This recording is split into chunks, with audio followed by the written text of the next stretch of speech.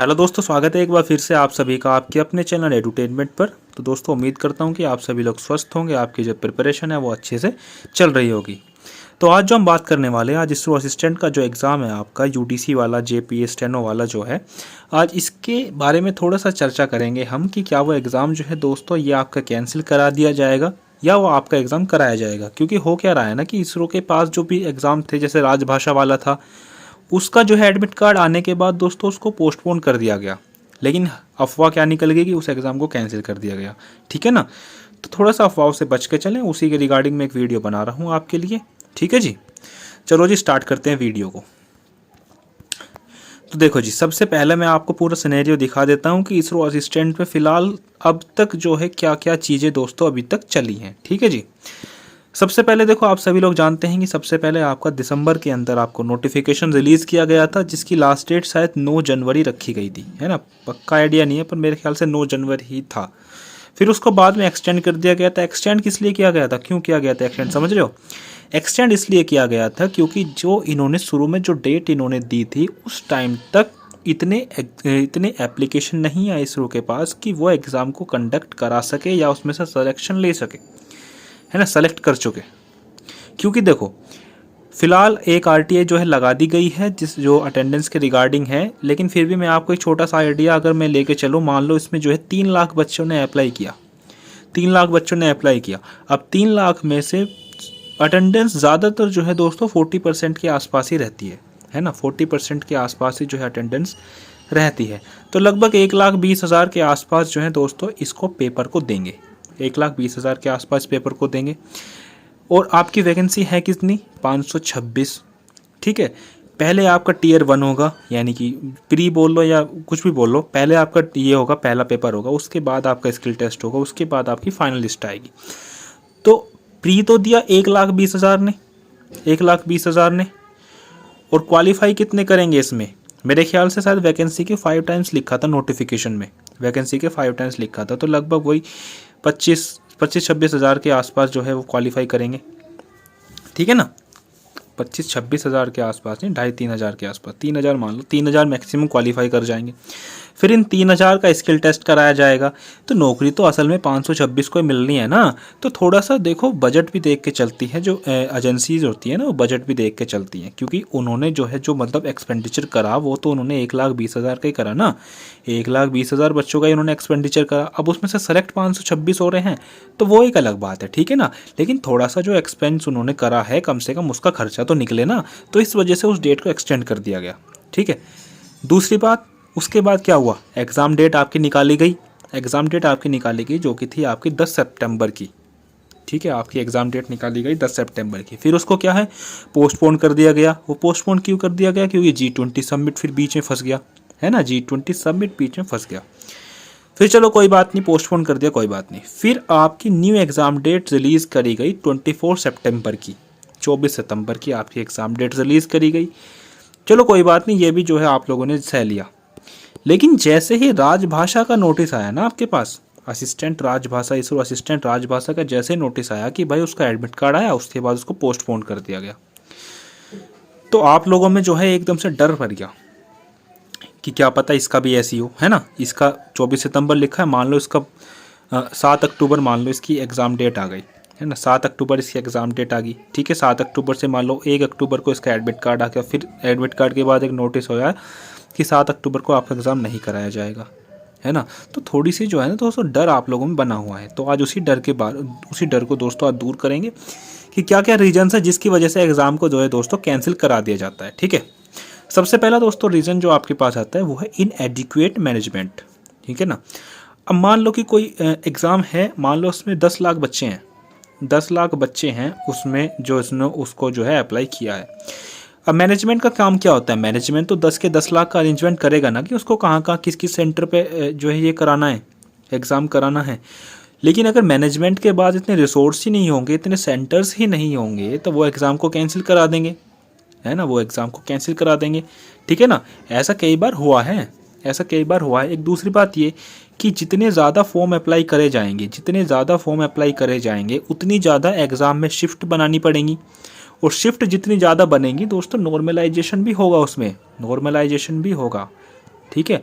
और जिस पेपर में भी दोस्तों नॉर्मलाइजेशन होता है ना, उसमें थोड़ी सी बैलेंसिंग करने में दोस्तों दिक्कत आती ही है, क्योंकि अभी एसएससी का एक एग्ज़ाम हुआ था एमटीएस वाला 2022 वाला दोस्तों, तो उसमें एक बच्चे के थे 87 मार्क्स, है ना, ये मैं एक्सपेक्टेड नॉर्मलाइजेशन बता रहा हूँ, 87 मार्क्स थे, तो उसकी बढ़ के दोस्तों 118 तक पहुँच रहे थे, 118 तक नॉर्मलाइज मार्क्स पहुँच रहे थे। ये थोड़ी सी वेबसाइट वगैरह होती है ना, तो वहाँ पे एक्सपेक्टेड नॉर्मलाइजेशन पता चल जाता है, ठीक है ना। तो नॉर्मलाइजेशन में देखो फ़ायदा भी है और नुकसान भी है, दोनों चीज़ें हैं। तो जो एजेंसीज होती है ना, वो नॉर्मलाइजेशन करने से बचती है। ठीक इसी तरह से एसएससी ने जो है सीजीएल के जो वो मेंस वाला एग्ज़ाम होता है ना, उसको उन्होंने एक दिन में कराने के लिए जो है सोचा था, ठीक है, 2021 वाला कराया भी था। अब आ जाओ जी वैकेंसीज लो। वैकेंसीज लो भी दोस्तों एग्जामिनेशन कैंसिल होने का एक बहुत बड़ा कारण होती हैं, क्योंकि मान लो कोई पोस्ट है, कोई पोस्ट में आ गई, मान लो 25 वैकेंसी आ गई, 25 वैकेंसी आ गई किसी भी पोस्ट में। अब उस 25 वैकेंसी को फिल कराने के लिए बहुत ज़्यादा झंझट करना पड़ता है दोस्तों। जो झंझट 10,000 वैकेंसी को फिल कराने में करना पड़ता है ना, सेम वही प्रोसीजर होता है इन 25 वैकेंसीज को फिल कराने के लिए, ठीक है ना। पहले तो सभी डिपार्टमेंट्स में देखी जाएगी कहाँ कहाँ क्या वैकेंसी है, मतलब किस जोन में वैकेंसी है, तो दोस्तों प्रोसीजर तो वही होता है ना। तो इस हैक्टिक प्रोसीजर से बचने के लिए जो एजेंसीज होती हैं उस एग्ज़ाम को कैंसिल करा देती हैं, है ना, उस एग्ज़ाम को कैंसिल करा देती हैं, और उस एग्ज़ाम के टाइम पे जो वैकेंसी जो निकाली थी उन्हें आगे जो है उसको जोड़ देती है, ठीक है जी। आगे आ जाओ, ये बहुत बड़ा मुद्दा है जी पेपर लीक वाला। पेपर लीक वाला बहुत बड़ा मुद्दा है, क्योंकि अगर कोई एजेंसी है ना, अगर कोई एजेंसी एग्ज़ाम को कंडक्ट करा रही है और वो एग्ज़ाम जो है लीक हो जाता है, जैसे अभी यूपी टेट का हुआ था एग्ज़ाम लीक, उसको दोबारा कराना पड़ा था, दोबारा कराने के चक्कर में उसमें 3 से 4 महीने जो है निकल गए थे, 3 से 4 महीने उसमें निकल गए थे। ठीक इसी प्रकार जो एसएससी में जो सीजीएल वाला जो केस हुआ था 17-18 वाला, उसमें भी देखो ऐसे ही हुआ था, वो भी लंबा खिंचा था, ठीक है जी। तो पेपर लीक बहुत बड़ा मुद्दा बैठता है। अगला है जी लो सर्विस एरिया। लो सर्विस एरिया का मतलब क्या होता है, देखो अगर किसी एजेंसी ने मान लो कोई भी एजेंसी है, उसने अगर 25 वैकेंसी निकाल ली, 25 वैकेंसी उसने निकाली ऑल इंडिया की, ठीक है, ऑल इंडिया की निकाल ली, ऑल इंडिया की 25 वैकेंसी है, तो हम मान के चलते हैं, चलो 28 वैकेंसी मान लो, 28 वैकेंसी मान लो, हर स्टेट में एक एक वैकेंसी मान लो, ठीक है। अब इन एक एक वैकेंसी को फिल कराने के लिए सेम वही प्रोसीजर रखना पड़ेगा, एग्ज़ाम कराना पड़ेगा, मतलब एडमिट कार्ड, नोटिफिकेशन, एप्लीकेशन, पूरा इंफ्रास्ट्रक्चर लगाना है ना उन एक एक वैकेंसी को फिल कराने के लिए। तो एजेंसियां क्या करती हैं कि इस एग्ज़ाम को ऐसे कैंसिल करा देती हैं, क्योंकि इस एक आदमी का काम जो है, इस एक आदमी का हर राज्य में मान लो एक एक वैकेंसी, इस एक आदमी के काम को वो किसी और को जो है उस काम पे जो है दोस्तों लगा देती हैं, जिसकी वजह से जो है इन वैकेंसीज़ को भी जो है खाली छोड़ दिया जाता है, कुछ जगह खाली रह जाती हैं और कुछ जगह क्या होता है इनको जो है आगे के लिए जोड़ दिया जाता है, ठीक है, ठीक है जी। एक होता है डिले इन एग्ज़ाम।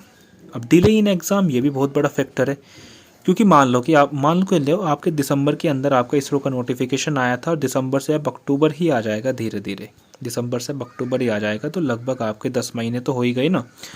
अब जो एग्ज़ाम बहुत ज़्यादा डिले होता जाता है ना, डिले पे डिले होता जाता है, डिले पे डिले होता जाता है, तो एजेंसीज़ क्या करती हैं उस एग्ज़ाम को कैंसिल करा देती हैं और उस एग्ज़ाम की जो वैकेंसीज़ होती हैं ना उनको नेक्स्ट एग्ज़ाम में जो है जोड़ देती हैं।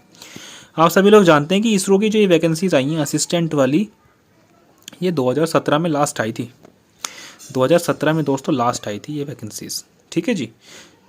और नीचे आ जाओ, एक ये भी चीज़ होती है कि जिन एग्ज़ाम की हर साल रिक्रूटमेंट होती है ना, जिन एग्ज़ाम्स की हर साल रिक्रूटमेंट होती है उनके चांसेस थोड़े कम होते हैं कैंसिल होने के, उनके चांसेस दोस्तों थोड़े कम होते हैं। जैसे कि एसएससी हर साल रिक्रूटमेंट कराता है, जैसे एमटीएस में भी हर साल कराता है, सीजीएल में भी हर साल कराता है, सीएचएसएल, सीपीओ, अनेकों एग्ज़ाम है जिनकी हर साल रिक्रूटमेंट कराता है। तो ये वैकेंसीज़ क्या होती हैं, ये वैकेंसीज़ थोड़ी थोड़ी आती हैं, थोड़ी थोड़ी, लेकिन आती हर साल है, तो इस वजह से ये कैंसिल नहीं कराए जाते, ठीक है जी।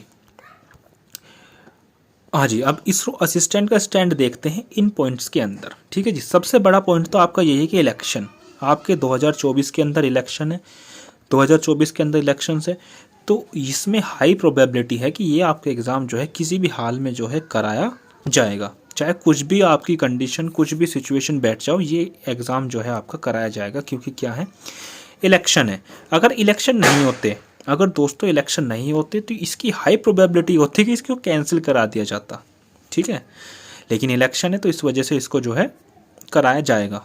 ठीक है जी। और इसमें बात कर लेते हैं, हाँ जी, एग्ज़ाम लीक की बात करें। एग्ज़ाम लीक तो देखो, एग्ज़ाम अभी हुआ ही नहीं है तो एग्ज़ाम तो लीक होने की बात छोड़ ही दो। दूसरी बात करते हैं मैनेजमेंट की। तो मैनेजमेंट में भी देखो इसरो के कोई प्रॉब्लम नहीं है, क्योंकि इस बार वैकेंसी तो 526 ही है ना, 526 ही वैकेंसी है। और छोटी से छोटी एजेंसी भी जो होती है ना, छोटी से छोटी, अगर आप बहुत छोटी भी एजेंसी ले लोगे ना, तो वो एक दिन में कम से भी कम 30,000 बच्चों का एग्ज़ाम दोस्तों करा सकती है। जो बिल्कुल छोटी से छोटी आप एजेंसी मान के चलोगे, 30,000 बच्चों का वो एक दिन में एग्ज़ाम करा सकती है। और ये तो इसरो है, ये तो एक दिन में ही एग्ज़ाम कराने की कह रहे हैं ना, ये तो एक दिन में ही एग्ज़ाम कराने की कह रहे हैं, क्योंकि 10 सितंबर पहले रिलीज़ करी गई थी। उसमें 2 शिफ्ट बनाई थी, एक मॉर्निंग शिफ्ट और एक आफ्टरनून शिफ्ट, अगर आपने नोटिस ध्यान से पढ़ा होगा वो। तो मैनेजमेंट की इसके अंदर कोई कमी नहीं है, तो मैनेजमेंट की वजह से एग्ज़ाम्स को कैंसिल नहीं कराया जाएगा। और हाँ, एक बात और, इसकी लास्ट वैकेंसी 2017 में आई थी, 2017 के बाद सीधी 2022 के अंदर आई है। तो ये भी एक कारण है कि इन 5 साल के अंदर जो भी पोस्ट इसमें खाली होती गई हुई होंगी, असिस्टेंट यूडीसी या जेपी स्टेनोग्राफर की, वो सब जोड़ के जो है इन्होंने एक साथ ही निकाल दी। तो ये भी कारण है कि ये इन वैकेंसीज़ को फिल करना चाहते हैं, ये इन वैकेंसीज़ को फिल करना चाहते हैं। और एक दूसरी बात दोस्तों ये भी है, मैं आपको एक जो है मतलब एक निचोड़ बता देता हूँ। देखो, कोई भी एजेंसी होती है ना, कोई भी एजेंसी होती है, वो एग्ज़ाम इसलिए कराती है कि उनकी जो वर्क है, उनका जो वर्क है उसमें एफिशिएंसी आए, है ना, वर्क में एफिशिएंसी आए। कोई भी एजेंसी इसलिए एग्ज़ाम थोड़ी ना कराती है कि वो पैसे लेके उसको एग्ज़ाम को कैंसिल कर दे। ऐसे थोड़ी ना होता है कि आपसे 100 रुपये लिए और उन्होंने जो एग्ज़ाम को कैंसिल कर दिया, ऐसा थोड़ी ना होता है। तो दोस्तों ये सारी चीज़ें मैंने आपको बताई दी कि क्या क्या कंडीशन रहते हैं जिनमें एग्ज़ाम को कैंसिल करा दिया जाता है। और हाँ जी देखो, अब ये एक लास्ट में आपको कंक्लूजन दे देता हूँ कि एग्ज़ाम का कैंसिल होगा या आपका एग्ज़ाम जो है दोस्तों कराया जाएगा। तो दोस्तों मेरी एक्सपेक्टेशन यही है कि मेरे अनुसार दोस्तों ये आपका एग्ज़ाम जो है बिल्कुल भी जो है कैंसिल नहीं कराया जाएगा, ये इसको कराएंगे। और कराने के लिए भी दोस्तों एक्सपेक्टेड अगर मैं आपको डेट बता दूँ तो ये आपका एग्ज़ाम दोस्तों अक्टूबर के अंदर दोस्तों ये आपका एग्ज़ाम ज़रूर कराया जाएगा। और अक्टूबर में भी मैं आपको एक एग्जैक्ट वो बता देता हूँ कि किस वीक में। तो आपका सेकंड वीक दोस्तों, आपका सेकंड वीक में जो है हाई प्रोबेबिलिटी है। अब वो सेकंड वीक में किस लिए बोल रहा हूँ, क्योंकि इन्होंने देखो 10 सितंबर को एग्ज़ाम था, 10 सितंबर से इन्होंने सीधे 14 दिन ऐड करके 24 सितंबर की इन्होंने डेट निकाली, यानी कि +2 वीक कर दिए। तो यही बातें हैं। और दूसरी बात ये कि आपके एग्ज़ाम से पहले ना, डरो मत, आपके एग्ज़ाम से पहले ना 17 सितंबर को जो आपका राजभाषा का जो एग्ज़ाम था ना दोस्तों, उसको कैंसिल किया गया था। तो आपसे पहले उस राजभाषा के एग्ज़ाम को कराया जाएगा, उसके बाद ही आपका एग्ज़ाम जो है दोस्तों कराया जाएगा। ठीक है जी। तो जी ठीक है जी, आपके इसी कन्फ्यूज़न के लिए मैंने एक वीडियो बनाई थी। उम्मीद करता हूँ कि आपको ये वीडियो पसंद आई होगी। वीडियो पसंद आए तो वीडियो को लाइक और चैनल को सब्सक्राइब करना। ठीक है जी दोस्तों, थैंक यू।